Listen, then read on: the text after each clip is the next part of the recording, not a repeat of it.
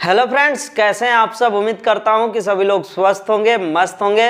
Friends, आज की हमारी ये वीडियो इलेक्ट्रिकल वायरिंग कोर्स के तीसरे दिन की वीडियो है और आज के इस वीडियो में हम बात करने वाले हैं ओम के नियम के बारे में। यदि आपको ओम के नियम को समझने में समस्याएं आ रही हैं तो आप एक बार इस वीडियो को शुरू से लेकर के लास्ट तक देख लीजिएगा। आपको कभी भी बिल्कुल कोई समस्या नहीं होगी और इससे संबंधित आपको कोई अन्य वीडियो देखने की भी ज़रूरत नहीं पड़ेगी।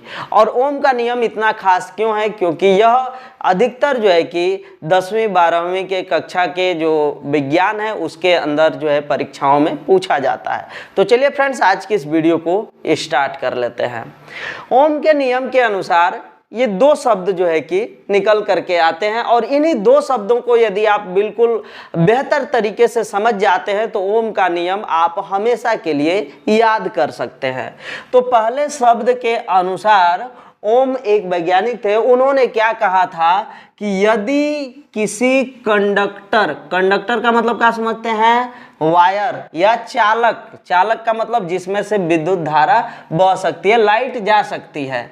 तो यदि किसी कंडक्टर के रेजिस्टेंस के मान को स्थिर रखकर, इसमें क्योंकि ये कंडक्टर है, कोई भी कंडक्टर हो तो उसका जो है कुछ ना कुछ रेजिस्टेंस अवश्य होता है, तो इसके रेजिस्टेंस के मान को स्थिर रखना है।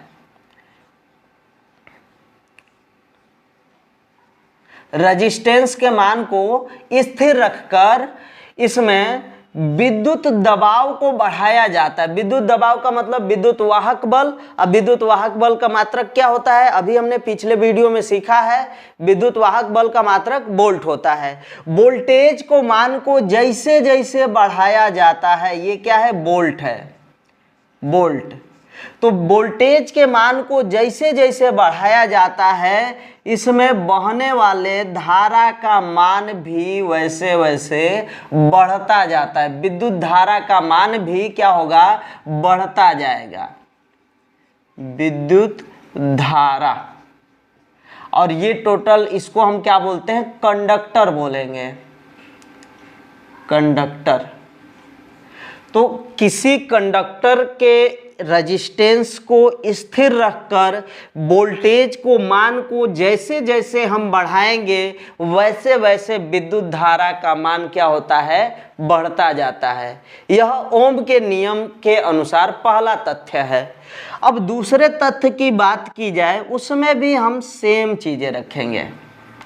अब यहाँ पर वोल्टेज को नियत रखा जाएगा, वोल्टेज को बराबर, मतलब कि उसको स्थिर रखा जाएगा। वोल्ट को स्थिर रखना है। वोल्ट मतलब जो इस कंडक्टर के ऊपर दबाव बनाता है वह विद्युत वाहक बल। विद्युत वाहक बल को यदि स्थिर कर दिया जाए और रेजिस्टेंस के मान को बढ़ाया जाए, यहाँ पर रेजिस्टेंस है,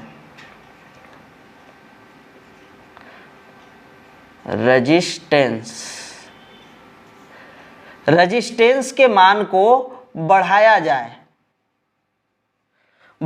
जाएगा। तो जैसे जैसे रेजिस्टेंस के मान को बढ़ाएंगे, विद्युत धारा का मान क्या होगा? विद्युत धारा का मान क्या होगा? वैसे वैसे कम होता जाएगा। ये दो शब्द जो है कि ओम के नियम से निकल करके आते हैं। यदि आप इन दो शब्दों को आप समझ पाते हैं तो समझ लीजिएगा कि ओम के नियम को कभी आप नहीं भुला पाएंगे। पहला नियम यह था कि रेजिस्टेंस को स्थिर रखना है। कंडक्टर जिसमें मतलब धारा बह रहा है, उसके रेजिस्टेंस को स्थिर रखकर वोल्टेज के मान को बढ़ा देंगे तो विद्युत धारा का मान बढ़ जाएगा।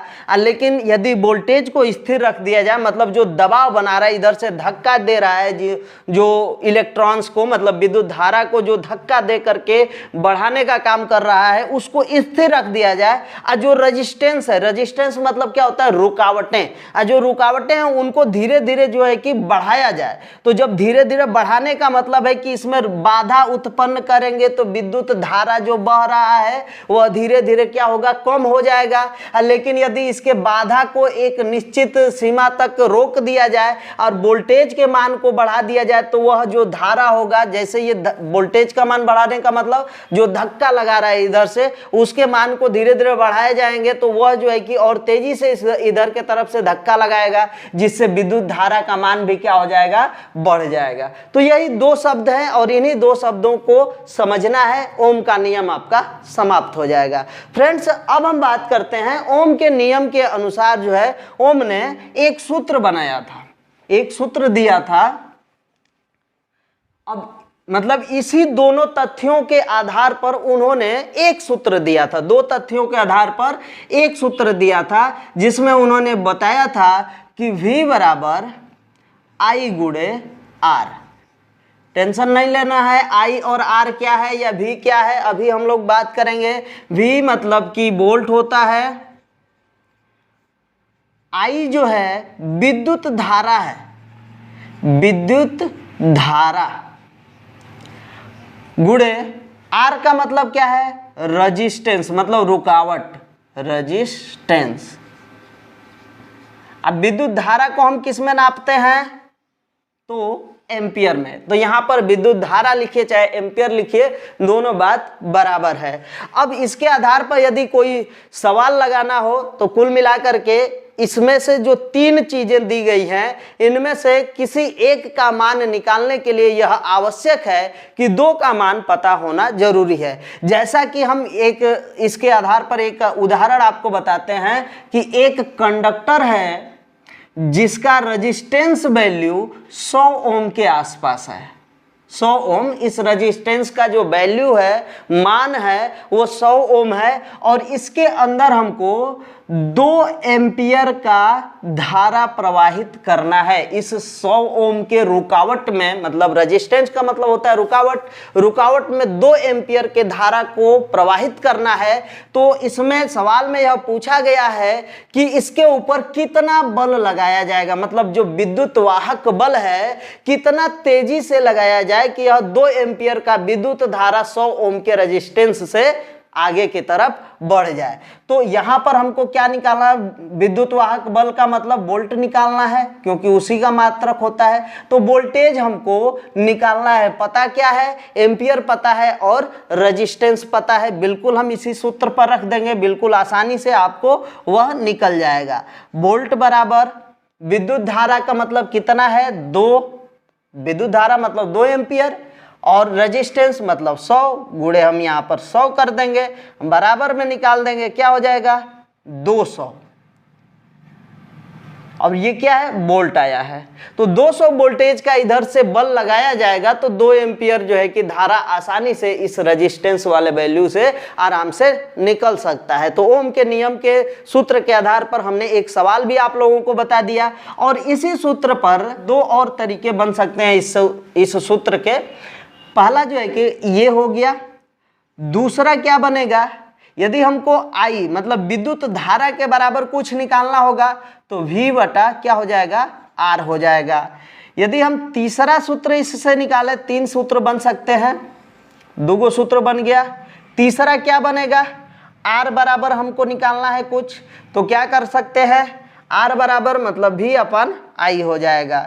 यदि आप थोड़ा बहुत मैथ जानते होंगे तो ये शब्द जो है कि जो अभी हमने पक्षांतर किया, अपान में मतलब बटा में ये बना दिया, ये सारी चीज़ें आपको समझ में आ रही होगी यदि आप थोड़ा बहुत मैथ जानते होंगे तो। नहीं जानते तो उसके लिए हम बता दें कि यदि हमको I को अकेला रखना है तो इसके साथ क्या है, R है। जैसा कि हमको इधर I को अकेला करना है तो R इसके साथ गुणा में है तो इधर आएगा तो क्या हो जाएगा, भाग में हो जाएगा। और वही शब्द यहाँ पर R के लिए भी लागू होता है।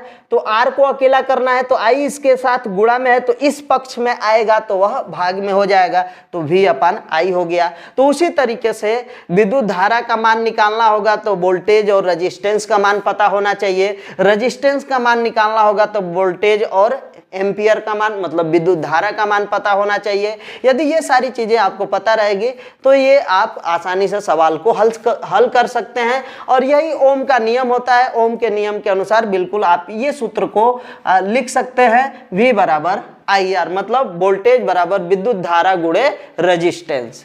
फ्रेंड्स उम्मीद है कि आपको ये सारी चीजें समझ में आ गई होगी। यदि आपका कोई सवाल रह गया है, कुछ ऐसा शब्द हमने बोल दिया जो आपको ना समझ में आया हो, तो उसके लिए आप इस वीडियो के कमेंट बॉक्स में अपना कमेंट छोड़ सकते हैं। तो चलिए फ्रेंड्स, आज के लिए बस इतना ही। मिलते हैं नेक्स्ट वीडियो में नेक्स्ट टॉपिक के साथ। तब तक के लिए जय हिंद, वंदे मातरम।